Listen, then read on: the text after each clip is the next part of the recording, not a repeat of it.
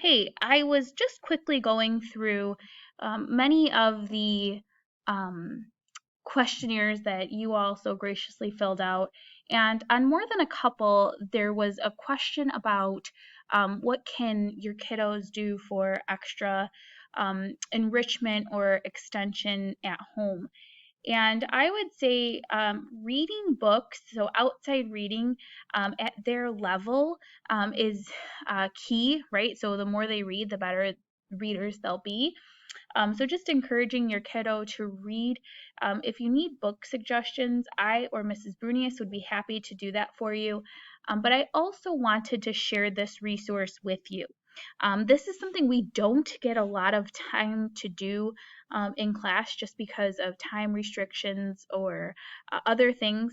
But there is a website called Khan Academy, and I am logged in here as Eloise. And she has, in some of their WIN groups, they have started this. In others, they've been focusing on other things and more hands-on things rather than on the screen. But each of these, so this is her fourth grade. So this is what the fourth grade skills that I have put in that she would benefit from learning or reviewing even. So she can go to this and you can click on things and equivalent fractions. So that's what we're working on right now, for example. And if you are like, gosh, they're really struggling with this, and it would be good for me to watch a review video, or it would be good for them to watch a review video, they can go on equivalent fractions. And there's a 5-minute video. Most of them are between 3 and 7 minutes. So it's not super long, but it kind of uses different colors and it's a different voice. And it talks about like how to find that equivalent fraction. And if you notice, it's giving them what's called energy points that they can then use to earn badges and things like that within this program. Each kiddo took the MAP test here in fall, and I looked at their individual data scores specifically for math. And so some might be more challenging. They're all individually programmed in. Ms. DeBoer and I worked on that a bit at the beginning of the year, but they're all programmed in, so your kiddo is not going to see anything that's too easy or too challenging for them. But this gives them another video that they can watch. So it's kind of a review, and then you can do some practice, right? So if you, this is again, so ready to practice, show us what you can do. So then it asks which one has an equivalent area to 8/12.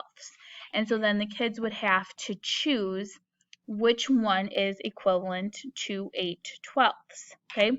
If they choose a correct answer, it will be green, and if it'll be red, and if they choose the correct answer, it'll say do again or check again. So it self-checks.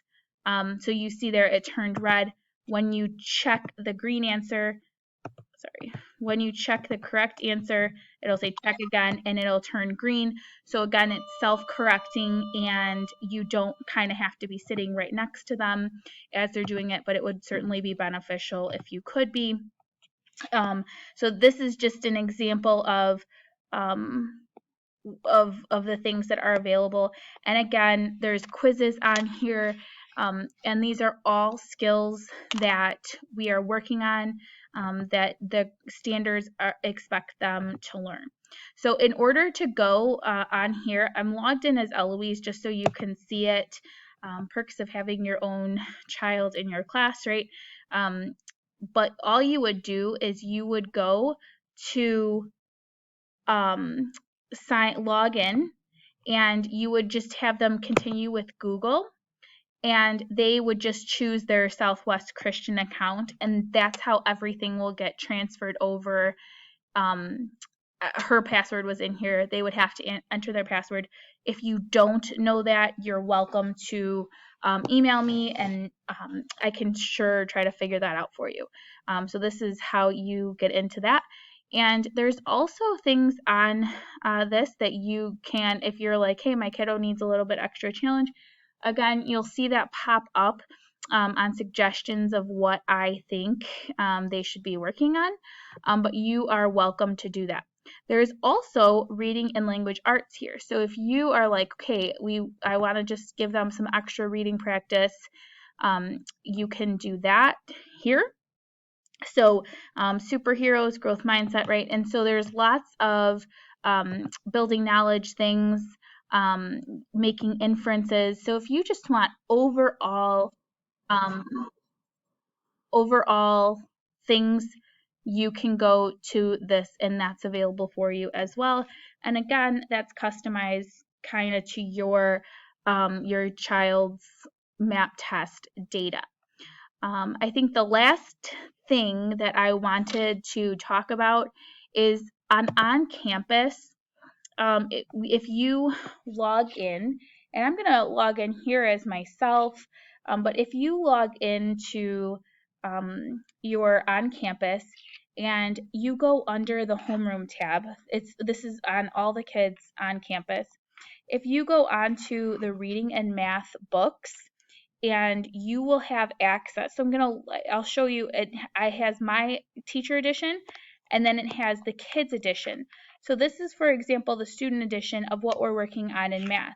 So you could just say, okay, well, where are you? We can go right to this. There's some that will be specifically, but you can go click on games, and you can go on the grade 4 challenges, or you can go to reading even, and all the unit and week is on the newsletter. So if you went again back to homeroom and then under reading and math books, you can go to the reading book, the student book, and it could give you some really great opportunities to interact with the text. So here, for example, it'll like anytime I am on my site, it updates to their week and unit. So you could go to games and you could go through the grammar. So this is an example of some of the grammar that we're going through in class. We've been talking about possessive forms. So what does that look like? What does that look like? There's also different kinds of vocabulary games. So those are always available to you as well. The final resource that I would like to share with you is an article. Most kids in 4th grade struggle with informational text because they usually are reading for a story, right? They want to be entertained rather than learning to read to find information. So a website that I use, and this is one where you'd kind of have to pick and choose through it beforehand, or if you'd like me to assign more things so that you don't have to do that, I would be happy to.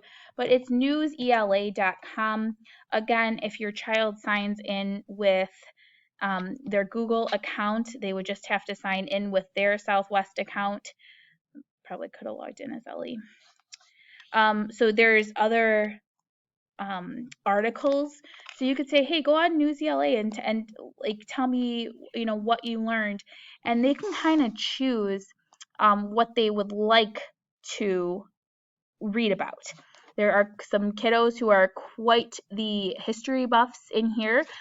So for example, you could go down to history. So I could browse English language arts, and if I wanted an article, for example, about let's see, search, if I wanted an article about like World War II,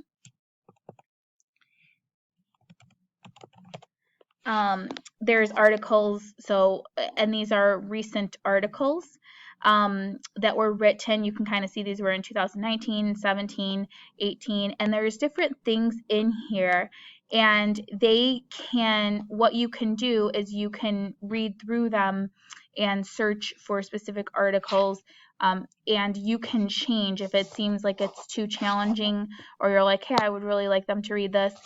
You can assign their lexile, so the hardest articles would look like this, whereas the same article written just a little bit easier for kiddos to understand would be in here. So you're welcome to have them read informational text that would be extremely beneficial for them. So that's how to access that. I'm gonna just say one more thing about this. In Bible, when we're reading stories for comprehension and not memory, I also use the NIRV Bible version, and it's a reader's version. I learned about this at CEA, so if you just go to Bible Gateway and do the reader's version, though it's the same words and ideas, it's just written for easier for kids for comprehension purposes. So I hope this was helpful to you. I hope it was beneficial. And as always, if you have any questions, please do not hesitate to reach out. Thanks.